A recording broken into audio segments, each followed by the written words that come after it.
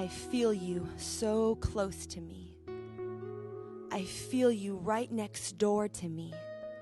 I hear you approaching my steps, walking towards me, knocking upon this entrance for me.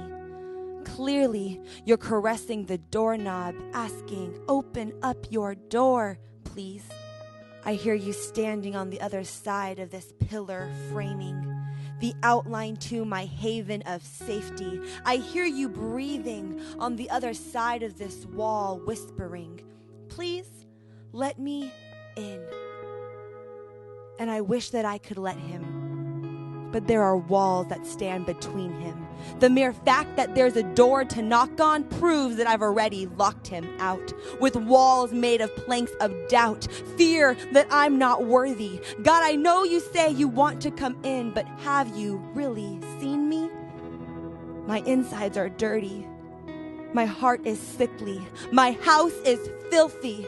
Still, I can hear him knocking, and he's knocking upon these walls made up of sinful structures. For there have been deeds by other men that have hurt me first and convinced me that a life of sin, a life of sadness, a life of insecurities is all that I deserved. So I've lived my life trying to live up to all these lies that I've heard, putting up walls to block out God so I could sit here in my sin, trying to figure out how to self-heal my hurts. But still, I can hear him knocking, and he's knocking upon these walls made up of guilt and shame. I know I am to blame for how my life has turned out. I am not the little girl my parents raised to be holy and wholesome and set apart, and I don't want God to see me this way. I don't want him to see me as I'm straddling the lines of purity with my boyfriend.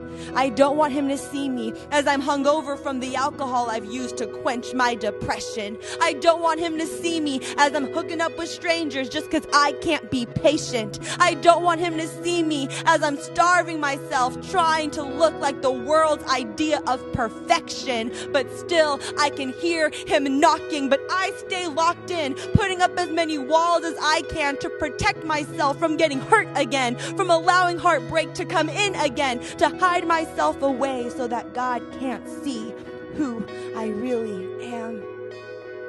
And I know I'm in a box. I know these walls are enclosed.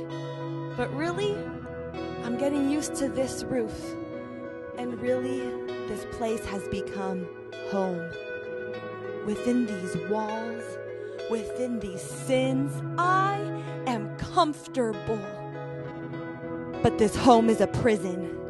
These walls are more like bars holding in a freed man that's chosen to be captive by choosing the sin that slowly creeps into our heads, our hearts, our hands, and with them we've built this separation. I've built this separation between God and me, but still I can hear him knocking, and I'm starting to wonder what it would be like to be set free. I'm getting claustrophobic with all this condemnation cluttering me. I'm getting asthmatic with all of this sin that's suffocating me, and my ears are almost growing deaf with how loud I can hear God knocking for me, screaming towards me. I hear him clearly. You don't have to put up walls for safety. I am your protection. I am your satisfaction, your joy, your wholeness. There is healing. There's forgiveness. There is redemption. There is restoration. There is salvation from your sinfulness.